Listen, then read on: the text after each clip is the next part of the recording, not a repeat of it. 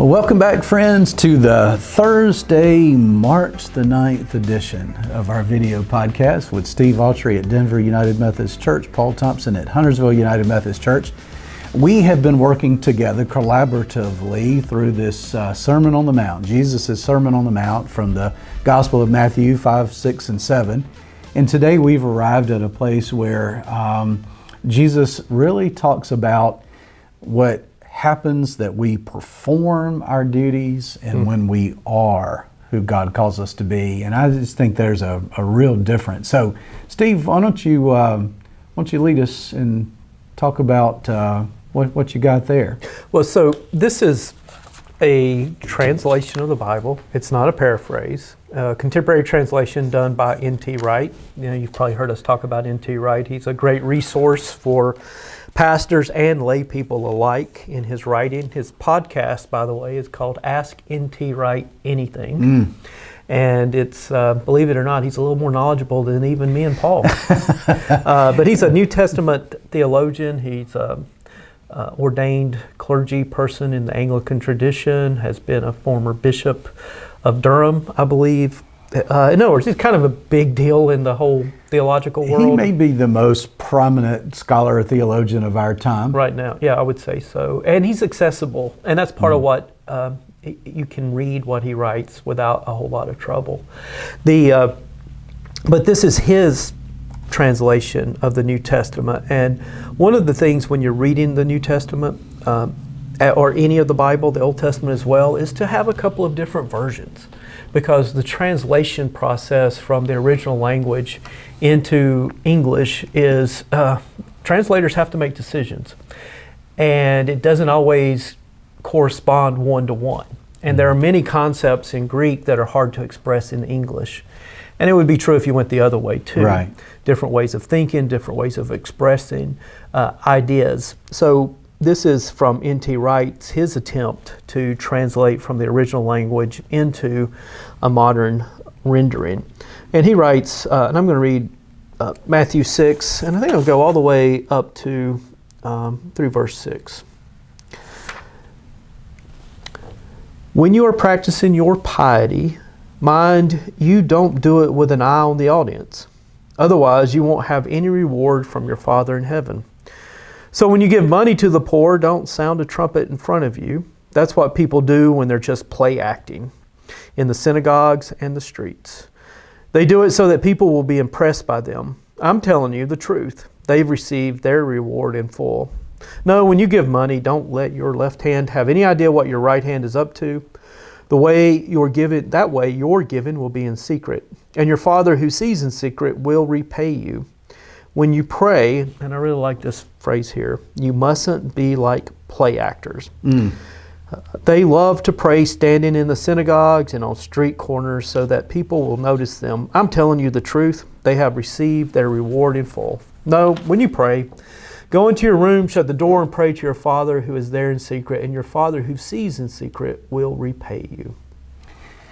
Steve, these verses and the whole, I think the intent of what Jesus is saying in these passages really cuts into my heart and really exposes a real deep struggle for me. I think I will profess and believe a lot of us struggle with the idea that we want to be noticed. We want to be affirmed. We want to do something and have somebody notice it and say, hey, you know, that was really good. Like Shakespeare said, all the world's a stage and we are actors upon it. And I think that's the deep sense that whatever we do, whether we are playing a sport, whether we're preaching a sermon, whether we're singing a song, we do it, we hope it pleases God, but at the same time, we sure do hope somebody will notice how good we are at it. Yeah. I think there is in us that aspect of ego. Everybody has an ego. The question isn't whether you have an ego or not. The question is whether you have a healthy ego or not. Right. And the more unhealthy our egos are, the more we need to be affirmed by outside voices. But even healthy egos need a certain level of affirmation and appreciation. So I think it is kind of built into us. But yet, what is at the heart of what Jesus is trying to get to here? So I think what Jesus, the heart of what he's saying is that don't do things that are going to get noticed for the sake of being noticed. Do the right things that I've taught you to do, that you know I want you to do. Do it with the right spirit, do it with the right heart, and don't worry about getting your name put on a building. Don't worry about getting your name flashing in lights at just how generous and wonderful you are. Simply do things for the right reason and anticipate that God is the one who will notice. And that fascinating part, Steve, that I find that Jesus says, "And your Father's going to reward you." Now that's a little disconcerting for us who believe, again, salvation comes by grace through faith. We haven't earned anything. Well, I think, we don't need to. When we hear the word reward, or in what's the NRSV, will repay, or reward, and here it is, repay.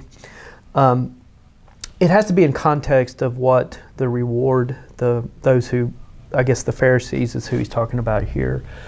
Their reward was the adulation of the crowd, right? Or the adulation of somebody coming by and go, "Well, look at that guy, he's very pious." That's the reward.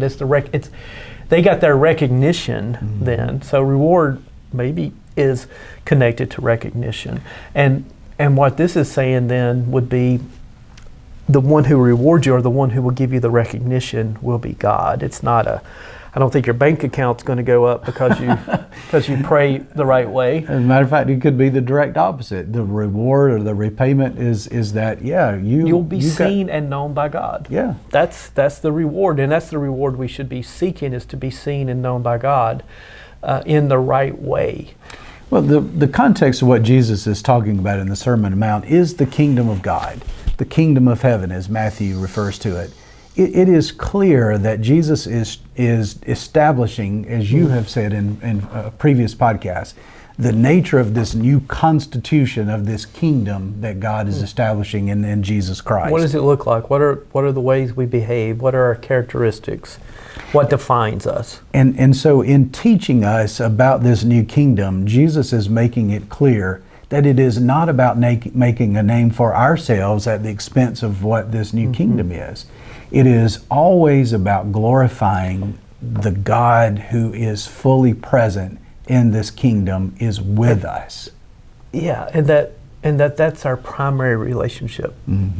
And that is our primary goal, is to nurture and develop that connectivity between God and each other in the right ways, in the ways of God. Now, it's interesting the way it's translated here in N.T. Wright's translation. He's like, they pray so that people will be impressed by them. Have you ever been asked that question? Who are you trying to impress? Yeah. And I think all of us fall into that category. We want people to be impressed by our title, by our car, by whatever. We use that word that's impressive, right? And again, it's often tied up in someone's appearance, someone's stature, someone's what they own. A title in front of their name, such as Reverend or Doctor or Reverend Doctor or any of that. Yeah. And we both know what those things are worth. With a quarter, Yeah, with us. Yeah. I mean, you're looking at, anyway. But we use that term to sell things, Impressive home available on Lake Norman. Right? Impress your neighbors. You will be impressed by this. And it's an attempt to find our validity in other people instead of trying to find our identity in God. Yeah. So as we kind of wrap up the conversation for today, I simply would invite you to think, as you read with us Matthew chapter 6, especially 1 through 4, then we'll get to verses 5 and 6 more tomorrow. How is your ego? How is this particular passage living in your world? Are you doing things for the right reason? I forgot who it was once said, he says, "Lord, I want to please you, and I hope the simple fact that I want to please you pleases you." so that our motives are pure, and it is all about pleasing the Lord.